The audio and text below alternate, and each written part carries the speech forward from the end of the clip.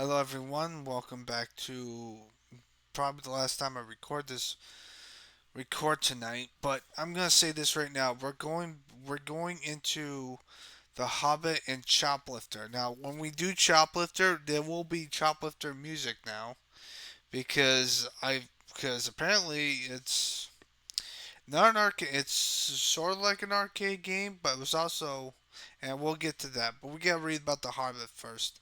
So the Hobbit, I know what the Hobbit is. I've seen. There's a movie called The Hobbit, and I didn't know it's a text adventure game. So all you're doing is reading. Apparently, that's what we've been doing the last 5 fucking minutes. So, a family criticism of blockbuster novels is that they read like a re-encounter of the video game playthrough. One travels to a location, solve a puzzle, or finds a clue that leads them to their next objective, and so on. For those authors or producers who adapt popular fiction into video games, however, the issue is more that the plot are somehow less engaging off the page. Pretty much.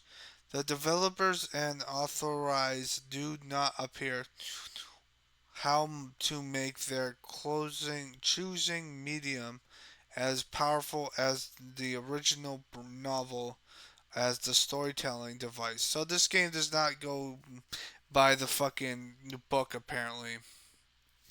Not it's not so in the case of J.R.R. Tolkien.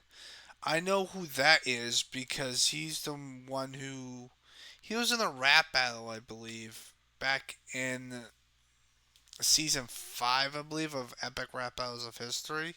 Yeah, I've caught myself up. Novel or the 1982 computer game adaptation The Hobbit, a text adventure developed by the Melbourne-based Bean Software. I've never heard of them before. Which, by the way, in the 80s, there was a lot more text adventure games, which you're just reading and making choices. Every copy of The Hobbit is accompanied by the book, which rather serves as a walkthrough. So you have to read the book and read the text just to get where the fuck you're supposed to go. Because if you pick the wrong engine, then your story's all fucking discombobulated. That's fucking stupid. For the game. Why would you want to read a book while you're playing a fucking video game? That's fucking stupid. Like, man, come on, get your fucking shit together, man. For the game, simply fire the player's imagination. I've heard that word before, like a couple parts ago. With its rich description and adventurous story enlightened by Tolkien's vocabulary, gamers could play a text adventure that revolutionized the genre tradition's simplistic passer interface. Previous games generally allowed only verb noun inputs, but The Hobbit allowed players to input adventure sentences. Now it's all really verbal adverbs, punctuation, and more. I was not very good at adverbs and punctuation. I failed fucking English back in 7th grade. I did not like teach English because I thought it was fucking stupid. Like you can speak English, but they want you to make sure it makes fucking sense. Especially nowadays that people are too fucking brain dead to learn. But well, unless you like fucking English, on how to do the right punctuation, the pronouns, the adverbs, all that type of stuff. I was not very intrigued by it. I was mostly interested in math back when I was a kid and stuff. Sorry about the train, by the way. I'm surprised. We've had 3 trains in the past like less than 3 hours since I started recording it, like past midnight. So yeah, this is what the Hobbit says. Like the train says, "Fuck you, Hobbit." Allowing them to ask in an in-game character. Wow, that is very fucking loud. Holy shit. I'll let go past before I actually do this. So, okay, there we go. Okay, oops, sorry. Nope, we don't want to hit the page. More than okay, where were we? Previous tradition simply preface. All right, allowing only verbs, nouns, and punctuation. All right, allowing them to ask an in-game character about object while using another object to perform a task, all within the same sentence. So it's really high tech that you can get a game that you can make them characters do stuff that's really advanced for an AI back in the early 1980s when it comes to a video game. More than that, characters have their own AI and would act on their own accord. Famously, dwarves thrown Therans would forever be sitting down to sing about gold. Okay, that makes no sense. And while that meant occasionally they could end up themselves killed, redeeming the game unfinishable. So pretty much you can get the goblins and Therians, Therans to get themselves killed. You could not beat the game. That is fucking bullshit. I will get fucking pissed. I'll throw the fucking game across the fucking table. Well, then again, it's a software game, so it's gotta be on PC, on floppy disk apparently. Middle Earth was as full of life as Token's description. Was an open world of engaged, emergent gameplay. The concepts had even been imagined. I don't like The Hobbit. I never watched The Hobbit. I thought it was a fucking stupid book. Never liked the movie though, which is kind of interesting since I like fucking fantasy world type crap. So now we're gonna play some music. Um, and this is the arcade version. I started playing this earlier. We're gonna play at least 7 parts of this, and hopefully it goes good. Hopefully I can get it done. So yeah. But we're gonna start off with the mission 1 and move our way down. So this is Choplifter. In this instance, civilians are a real hassle. You're not protecting them and shooting past them. Oh yeah, this is shoot them up. Brand new board. It's also for the Sega Genesis. Well, the Sega Master System, which was made in the 80s apparently. You had to lead them by the hand to safely all the time, leaving yourself exposed to more danger, or at least more than hassle. The escort mission is regularly one of the most aggravating parts of the game.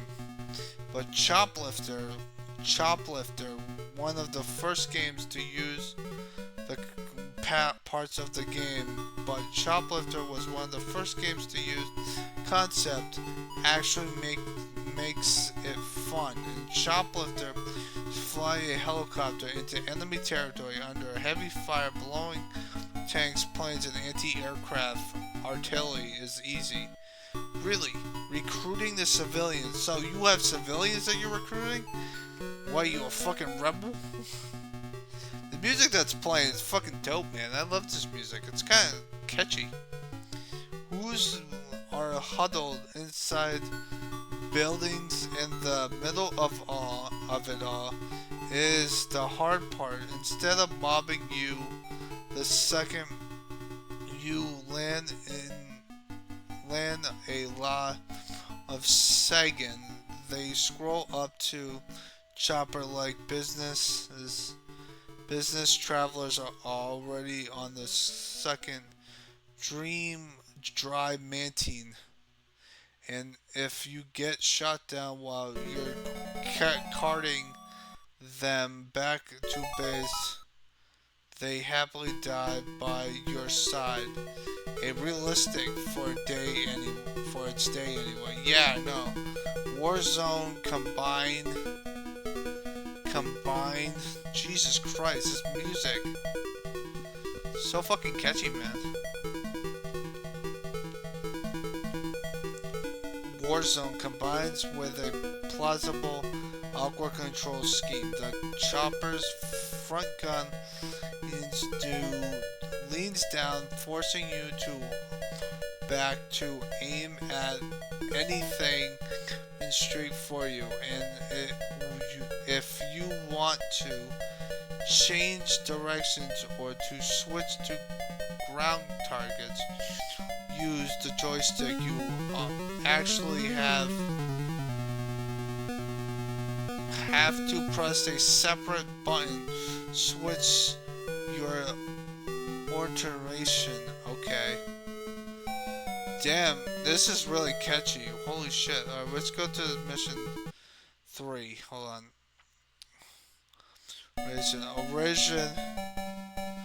Originally released for the Apple II computer, Choplifter was ported to most of the home systems of its day, and the SEGA brought it to the arcades in 1985.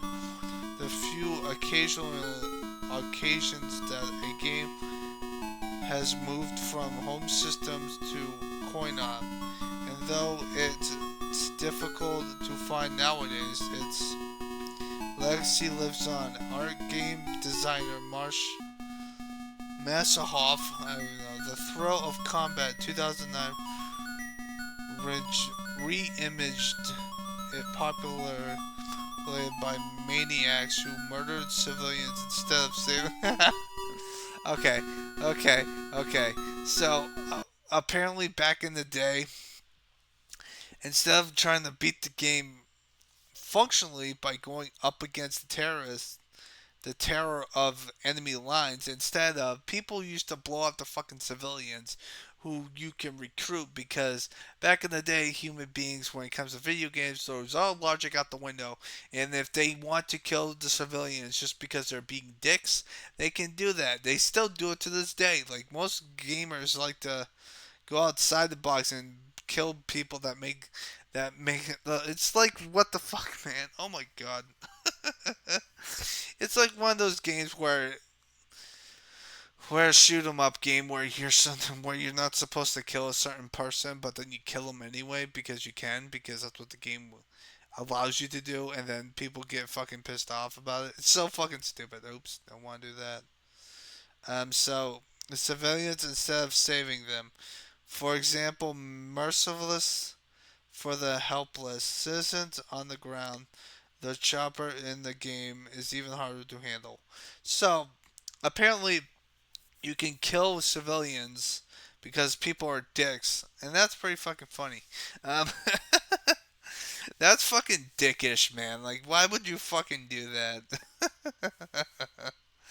Like, that is so fucking dickish. So, I have to say, that is fucking funny. But it's also really cruel on how people are fucked up. Even back in the 1982 shit where people just shoot up civilians, even though you're supposed to recruit them, not kill them. Like, seriously, they're supposed to help you. But instead, you decide that, no, I'm a lone wolf. I'll kill everything that's inside. So, yeah, that's pretty what I got from reading that sentence. So, I know what one of the next games is. I accidentally clicked it. But we're doing Robotron 2084. Never played that game. I had played Dig Dug. Dig Dug was a addictive game. And I'm gonna give my final thoughts on Dig Dug because I have played Dig Dug before. But as for Robotron 2084, never played it. Which, by the way, that year is coming closer and closer by the year, because we're in the year 2025. So it's a shoot 'em up game. It's an arcade game. We're still in the arcade game, by the way. We're still in 1982 too. I know Namco made Dig Dug, so I hope you guys have a nice positive day. And next part we'll be talking about these two games. So stay positive, everyone.